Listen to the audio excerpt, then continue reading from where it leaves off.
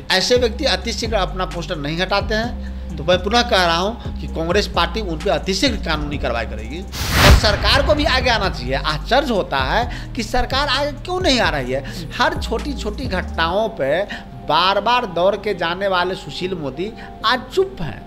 वो तो हर घटना में दौड़ के चले जाते थे, उनको तो कोई रोकता नहीं था जब विरोधी दल के नेता थे। आज वो क्यों जाने से रोक रहे हैं किसी विरोधी दल के नेता को, किसी भी पक्ष। ठीक है, आप कहिए कि 2 ही लोग जाइए, आप कहिए कि आप अकेले जाइए, ये अनुमति आप प्रदान कर सकते हैं, क्योंकि आपके भी विधायक तो घूम रहे हैं। तो इसका ये मतलब हुआ कि सरकार उस हत्या के मुख्य आरोपी को बचाना चाहती है। नमस्कार, स्वागत है आपका भारत लाइव में। गर्मी का मौसम है और ऐसे में सियासी गर्मी देखने को ना मिले, वो भी बिहार में, ऐसा हो ही नहीं सकता। लॉकडाउन का ये आखिरी दिन है, लॉकडाउन 4.0 का कल आखिरी दिन होगा, लेकिन आज से ही सियासी गर्मी शुरू हो चुकी है। जिस तरह से हमने आपको दिखाया कि तेजस्वी यादव के आवास के बाहर कल हाई वोल्टेज ड्रामा चला दिन भर, और उसके बाद भी जिस तरह से वो जो मुजफ्फरपुर कांड में जो मर्डर हुआ था, उसके बाद वो लगातार मांग कर रहे थे कि वो गोपालगंज जाना चाहते, लेकिन उनको जाने नहीं दिया गया। लेकिन अब सियासी गर्मी तेज हो गई है, एक नई पार्टी भी सामने आ चुकी है, और इस बीच हमारे साथ कांग्रेस के प्रवक्ता राजेश राठौड़ जी हैं, जो कि ये बताने वाले हैं कि कांग्रेस के द्वारा जो पोस्टर जारी किया गया है रोड पर, जिस पे बताया गया है कि संजीव कुमार सिंह कांग्रेस के मुख्यमंत्री के दावेदार होंगे। बात करते हैं इनसे। सर, एक पोस्टर लगा है पटना की सड़कों पर, जिस पे ये दावा किया जा रहा है कि यही कांग्रेस की तरफ से बिहार के मुख्यमंत्री होंगे अगले साल में। तो क्या लगता है कि कितनी सच्चाई है इस पोस्टर में से? सबसे पहले मैं बताऊं कि कांग्रेस पार्टी का कोई अधिकृत पोस्टर जारी ही नहीं हुआ जी। नंबर 2 कि कांग्रेस पार्टी में मुख्यमंत्री कोई व्यक्ति तय नहीं करता है, लोकतांत्रिक तरीके से अल्लाह कमान पार्टी के तय करते हैं कि मेरा उम्मीदवार कौन होगा। तीसरा, यह व्यक्ति जिसने पोस्टर लगाया है उसको कोई बिहार के लोग जानता नहीं। वो कांग्रेस पार्टी के AICC के मेंबर और कार्यकारिणी के सदस्य, क्या वो कांग्रेस पार्टी के प्राथमिक सदस्य भी नहीं है, जो अपने आप को भावी मुख्यमंत्री के रूप में चेहरा को सामने करके पोस्टर लगाए हैं। उनसे आग्रह किए हैं मीडिया के माध्यम से, समान तरीके से भी, कि अतिशीघ्र वो अपना पोस्टर हटवा लें या स्वयं हटा लें, अन्यथा कांग्रेस पार्टी उन पे इस भ्रामक न्यूज़ के लिए उन पे कानूनी और कार्रवाई करेगी। सर, ऐसा तो नहीं है कि कांग्रेस पार्टी को बदनाम करने के लिए भी ये पोस्टर लगाया जा रहा हो? निश्चित तौर पे चूँकि जब कानूनी सहायता लेंगे तो सारे तथ्यों को सामने रखा ही जाएगा और सारे तथ्य सामने आएंगे। लेकिन इस प्रकार का भ्रामक कोई सिरफिरा व्यक्ति ही न्यूज़ फैला सकता है। कोई सिरफिरा व्यक्ति ही अपने आप को मुख्यमंत्री के रूप में स्वयं को स्थापित कर सकता है किसी राष्ट्रीय पार्टी के रूप में, जो तो पार्टी का काम है। ऐसे व्यक्ति जिसको जो कांग्रेस के प्राथमिक सदस्य भी नहीं है, जिसको कांग्रेस के जिला ब्लॉक से लेकर कोई जानता भी नहीं, प्रदेश तो दूर की बात है, तो ऐसे व्यक्ति अपने आप को पोस्टर लगा के सुर्खियों में बने रहने के लिए भी हो सकता है, या सिरफिरा हो। यह सोचना पड़ेगा हम सबों को कि वो सुर्खियों में बनने के लिए ऐसा किए हैं, चर्चा में बनने के लिए ऐसा किए हैं, या वो स्वयं सिरफिरा हैं। सर, उस पोस्टर में ये भी लिखा है कि वो ऑल इंडिया कांग्रेस कमेटी के मेंबर हैं, AICC के मेंबर हैं।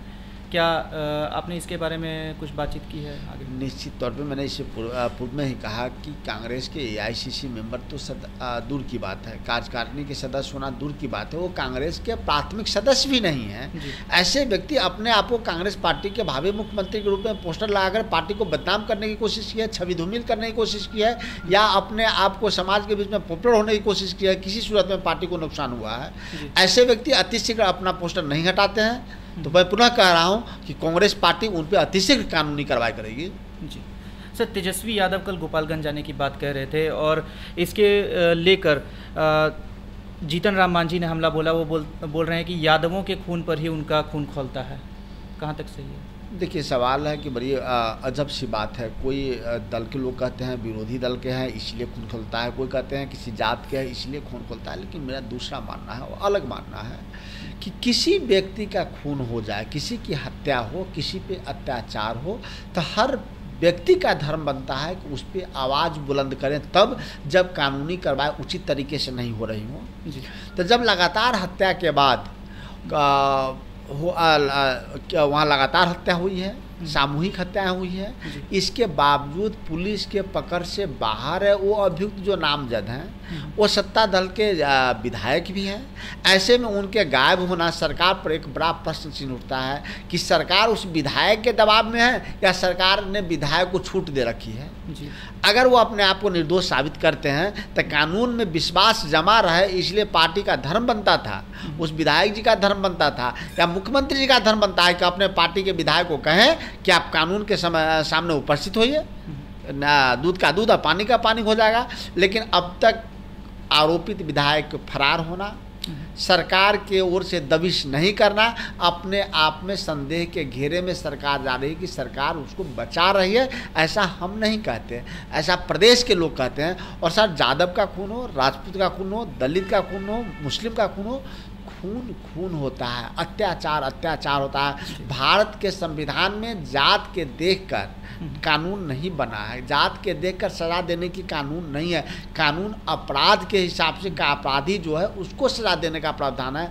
और हर व्यक्ति को भारत के संविधान में आस्था रखते हुए, कानून पे आस्था रखते हुए न्याय की मांग करनी चाहिए। हम तमाम विपक्षी दल हम मांग करते हैं कि आरोपित को आप जेल भेजिए, चाहे हत्या जो भी किए हों, और सरकार को भी आगे आना चाहिए। आश्चर्य होता है कि सरकार आगे क्यों नहीं आ रही है। हर छोटी छोटी घटनाओं पे बार बार दौड़ के जाने वाले सुशील मोदी आज चुप हैं।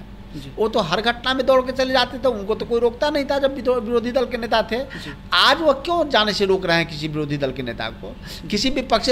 ठीक है, आप कहिए कि 2 ही लोग जाइए, आप कहिए कि आप अकेले जाइए, ये अनुमति आप प्रदान कर सकते हैं, चूँकि आपके भी विधायक तो घूम रहे हैं। तो इसका ये मतलब हुआ कि सरकार उस हत्या के मुख्य आरोपी को बचाना चाहती है।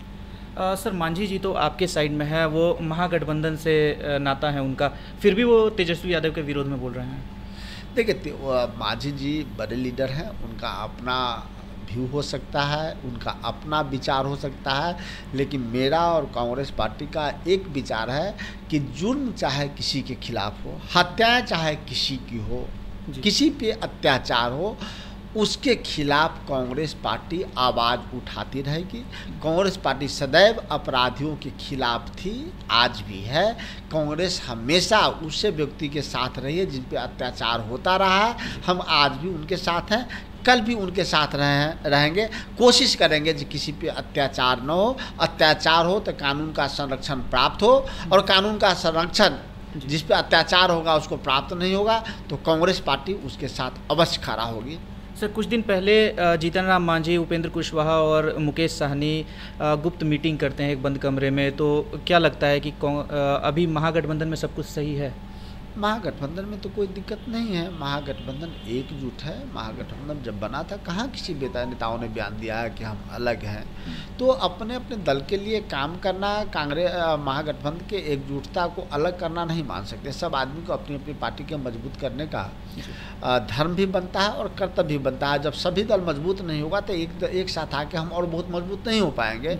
इसीलिए सभी जगह एक जगह, तो मुझे नहीं लगता है जब महागठबंधन में किसी प्रकार का कोई दरार है। सब लोग अपने अपने दल को मजबूत कर रहे हैं और सबका मात्र एक उद्देश्य है कि ये जन विरोधी सरकार, अत्याचारी सरकार, जिसको जनता से विश्वास उठ चुका है, जनता से विश्वास खो चुका है और जनता का भी विश्वास इनसे पूरी तरह इस बार उठ चुका है।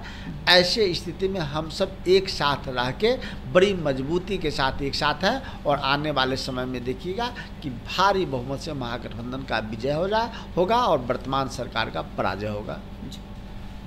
तो ये थे हमारे साथ कांग्रेस प्रवक्ता राजेश राठौर जी, जिन्होंने बहुत ही अच्छी तरीके से सारे सवालों का जवाब दिया और साथ ही साथ इन्होंने कहा जो पोस्टर पटना की सड़कों पर लगा है वो कांग्रेस पार्टी के द्वारा नहीं लगाया गया है, तो ये भ्रमित करने के लिए लोगों को लगाया गया है और इसके ऊपर कांग्रेस कड़े एक्शन लेने को तैयार है। बाकी खबरों के लिए बने रहे हमारे साथ भारत लाइव के साथ। खबरों का सिलसिला लगातार जारी है। धन्यवाद। ऐसे व्यक्ति अतिशीघ्र अपना पोस्टर नहीं हटाते हैं तो मैं पुनः कह रहा हूँ कि कांग्रेस पार्टी उन पर अतिशीघ्र कानूनी कार्रवाई करेगी और सरकार को भी आगे आना चाहिए। आश्चर्य होता है कि सरकार आगे क्यों नहीं आ रही है। हर छोटी छोटी घटनाओं पे बार बार दौड़ के जाने वाले सुशील मोदी आज चुप हैं। वो तो हर घटना में दौड़ के चले जाते थे, उनको तो कोई रोकता नहीं था जब विरोधी दल के नेता थे। आज वो क्यों जाने से रोक रहे हैं किसी विरोधी दल के नेता को? किसी भी पक्ष, ठीक है आप कहिए कि 2 ही लोग जाइए, आप कहिए कि आप अकेले जाइए, ये अनुमति आप प्रदान कर सकते हैं, चूंकि आपके भी विधायक तो घूम रहे हैं जी। तो इसका ये मतलब हुआ कि सरकार उस हत्या के मुख्य आरोपी को बचाना चाहती है।